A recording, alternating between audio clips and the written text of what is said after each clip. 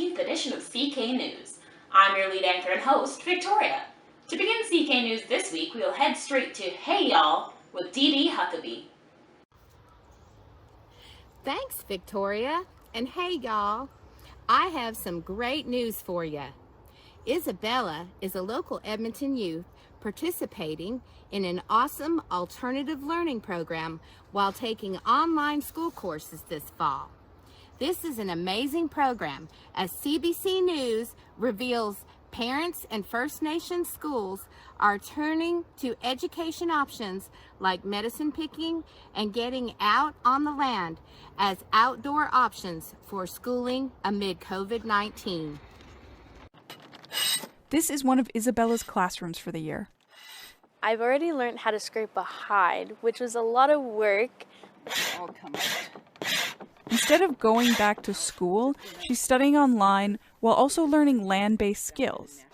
This time is a lesson in hide scraping from her auntie. Wow, that's a big moose. And then you're like, okay, well, let's stretch it out. This project isn't just a workout. She's learning about biology, chemistry, and traditional art. Her mom's also grateful to have Isabella out of a crowded classroom. We know it's really, really important to pay attention to what experts are saying, to pay attention to our elders' stories. And the elders are telling us that when the leaves fall, it's time for us to bunker down and to stay safe. You need that fluff as your fire starter. This elder teaches kids about medicine picking and survival skills right in the city. It's like being a grandpa, I guess, and you're teaching your grandchildren. Also gratitude that somehow I shared this and I retained this and then I can share it. Because we are a sharing society. We are always trying to share. This fall, more parents are asking about alternatives. At this healing society, they're fielding more calls than ever. And the Assembly of First Nations National Chief sees this as an opportunity. People think that you can only learn math and science according to a textbook. Well, not necessarily. And so those things should be explored and they should be embraced as alternative teaching methods. For Isabella, there's nothing better. School system, it's good-ish, but I like learning on the land. So if you look at where I'm going... Several First Nation schools are also expanding land-based programs. So more Indigenous kids have that outdoor learning, like Isabella. Ariel Fournier, CBC News, Edmonton. Wow, that's cooler than a slice of icy cold watermelon on an Arkansas scorcher. And now from one of our blanket communities, meaning Edmonton neighboring community. DeeDee is so clever. A long-time tradition of quilting and socializing between moms and nanas in a local quilters guild from St Albert was disrupted by the coronavirus this year. But the great news is that with limited alternating numbers in small groups, the guild is back at it, creating artisan beauty in one of the most comforting forms ever. Well, in sewing circles, they say if life is in scraps, you make a quilt. With concerns about COVID blanketing society, a group of women in St Albert had to put that shared passion on hold. As David Owasik reports, their friendships were left hanging for most of 2020. And now they're finally being stitched back together. The St Albert Quilters Guild, where fabrics from Japan can commingle with vintage cloth pieces pulled together with beads and stitching to become artistry, from complex patterned wall hangings to a museum showstopper, even a car cover. I mean, you can quilt so many different wonderful things. It's all been coming together for 40 years here, but this is the first time since COVID isolation began early this year that the 24 members have been able to see each other in person, although in smaller groupings. These women, mostly grandmothers, don't do social media, says the Guild president. It's wonderful to be back in the studio with, a very social thing, and we all miss each other, and it's nice to have the camaraderie. Quilting does have prizes, but it's not at all a competitive thing. Yeah, okay. You should see hers. Yeah. It's about supporting each other. Well, more people should do it because your blood pressure goes down, and you have to live in the moment. These women have gotten to know each other's families, their struggles, through the enjoyment of hard work, what quilters call handwork. That's right. So this is a grandson, yeah. And when you back away just a little, you begin to see how all the pieces come together, how important the Guild had been for members no longer here, the interactions of those now reunited. Family first, health second. Everybody said, Grandma, guess what? And they just handed me the needle. And I said, oh, well, keep the needles in memory of the COVID-19. Keep the needles. The projects are a bit of a way down the list of priorities. Gossip. Not all quilt stitching is by hand, some pieces taking 40, 50 or more hours to complete. But quilting isn't about finishing, more so picking up where you left off. You think of the olden days when the ladies would get together in one house and sit around the quilt frame and they would talk about their lives. David Owasik, CTV News, St Albert. Oh, I just love cuddling up with my granny's quilt. Do y'all have a favorite comfort blankie or quilt? CK staff would love to hear all about it. Y'all can share your comfort story on Discord or Messenger with staff.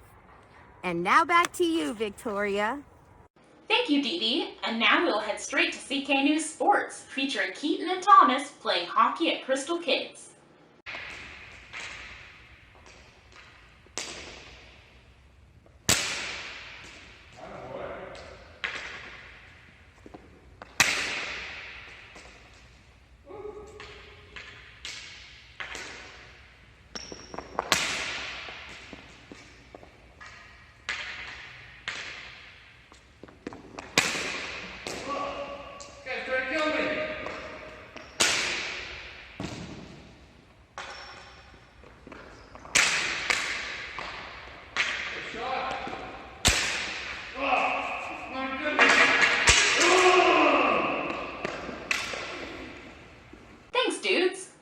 Hear from meteorologist Sonny Daye with CK News Weather. Hey Crystal Kids, it's Sonny Daye here, back to you with this weekend's weather forecast. I'm sure some of you started school already this week and some of you are starting this upcoming week, so best wishes to all of you. I hope you all have an amazing school year. Anyways, let's get back into this week's weather. So, weekend weather. Today, which is Friday, has a high of 22 degrees, so still pretty nice. Mix of sun and cloud with a low of 11 degrees tonight. Saturday has a high of 21 degrees and a low of 9, so it's starting to cool down a little bit with a mix of sun and cloud. Sunday is going to be kind of rainy with a high of just 15 degrees and a low of 6, and Monday's even colder with a high of 12 degrees and a low of 4, and it's going to be a little bit cloudy on Monday. So it's time to break out the scarves and the sweaters. It's fall weather. Anyways, that's all from me today here, folks. Make sure you're washing your hands and staying safe. Back to you, Victoria. Thank you, Sonny Daye. And now we'll hear from Thomas Doyle for This Week in History and Trivia. Hello, and welcome to this week's segment of History and Trivia on Crystal Kids News. This week, your host is your very own Thomas from Crystal Kids. I'm so glad to finally be here. I've been trying to get on the show for a very long time, but Victoria kept telling me, I'm sorry, Thomas, I don't have the money to pay you. I cannot afford to have you on the show. And I kept saying, well, where are you getting the money for Paul McCartney? Where are you getting the money for Michael Phelps? And she said, don't worry about that, don't worry about that. And I said, please, Victoria, just give me a contract to come on the show. And she said, Thomas, I'm sorry, we don't have the money. There's no money for you. And I believed her. And, well, I'm finally on the show, is the point, and I'm very glad. Although I have to say, when I got here and I pulled into the studio parking lot, I was a little puzzled because, lo and behold, what do I see but Victoria driving her new Mercedes-Benz. A very fancy car. And me and my rinky-dink Honda Civic, I just thought, well, this can't possibly be right. I mean, she was telling me they don't have enough money for me. And lo and behold, here she is in a Mercedes-Benz. Anyway, that's not the point. I'm here to do history. So let's get to the history. September 4th, 1882, Thomas Edison's light bulb is put to its first large-scale test when it is used to light New York's Pearl Street Station. Pretty cool. Not even 140 years ago, the light bulb had its first large-scale test.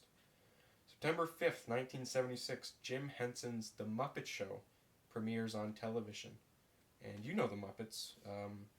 Terrific children's program. And we know all the characters from the Muppets. You have Kermit the Frog and the Pig and some other ones too. September 6th, 1916, the first true supermarket is opened in Memphis, Tennessee, and it was called the Piggly Wiggly. Get a load of that, the Piggly Wiggly. I'm not making that up. It was really called the Piggly Wiggly. And honestly, Piggly Wiggly is probably the name of one of the characters on the Muppets. So there you go.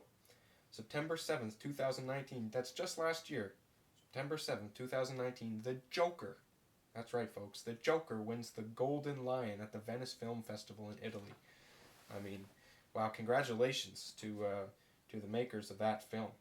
And, of course, the Joker was going to come on the show a couple of weeks ago, but he played a trick on us all, and he did Joker's trick, and he trolled us, and he didn't come on the show. So shame on you for that, Joker. Now, September 8th, 1960, Alfred Hitchcock's movie Psycho was released in the United States. This is a great movie, but a very spooky, scary one, you know, kind of shivers down your spine. You'll be going, ooh! So, don't watch it until you're 18 years old, because it's a very spooky, scary movie. But when you do, you're going to watch it and be like, oh my gosh, so good. Because that's what I did.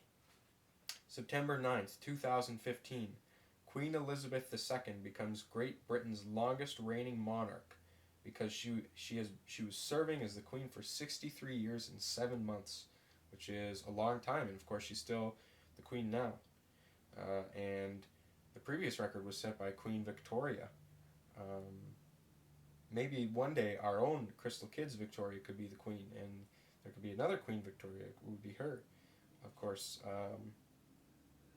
you know, when you're a monarch, they give you a lot of money to sit around and do nothing.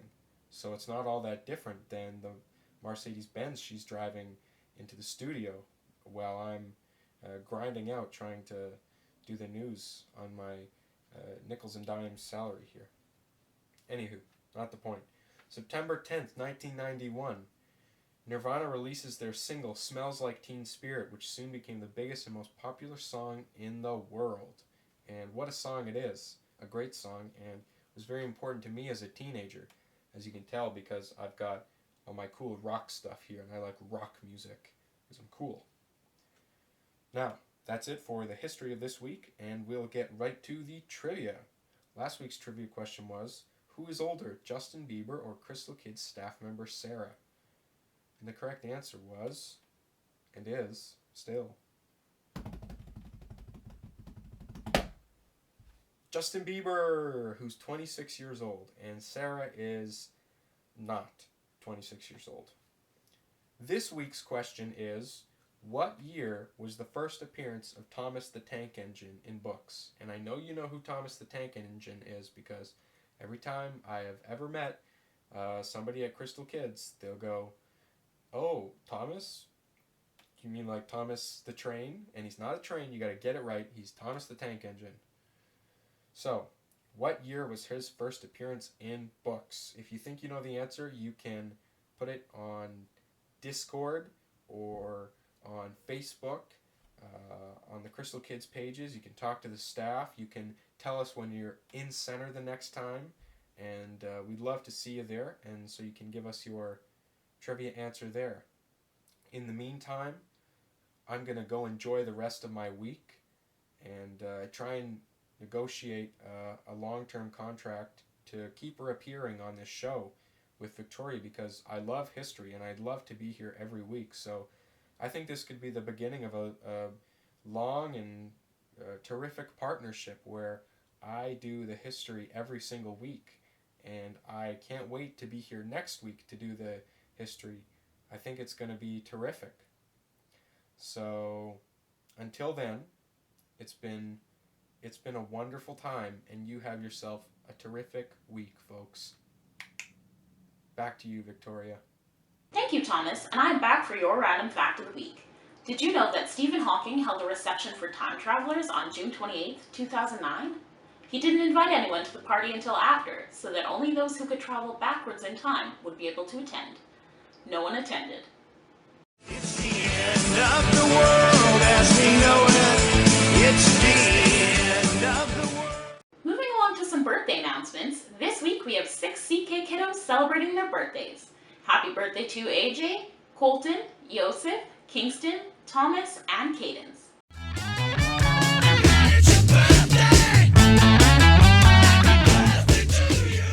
On to contest announcements. There will be a series of contests announced through Virtual CK, and the winners of each of these contests will receive a $20 gift card. You can enter each contest as many times as you want, and at the end of the month, every contest entry gives you a chance to win a draw for a $50 gift card. The Name Mrs. Plants Challenge is still going on until next week, so make sure to check out the Name Mrs. Plants Challenge chat on Discord to take a look at the plants and their backstories and to suggest some names. And lastly, in contest announcements, it's time to announce the winner of the August contest draw. And the winner is...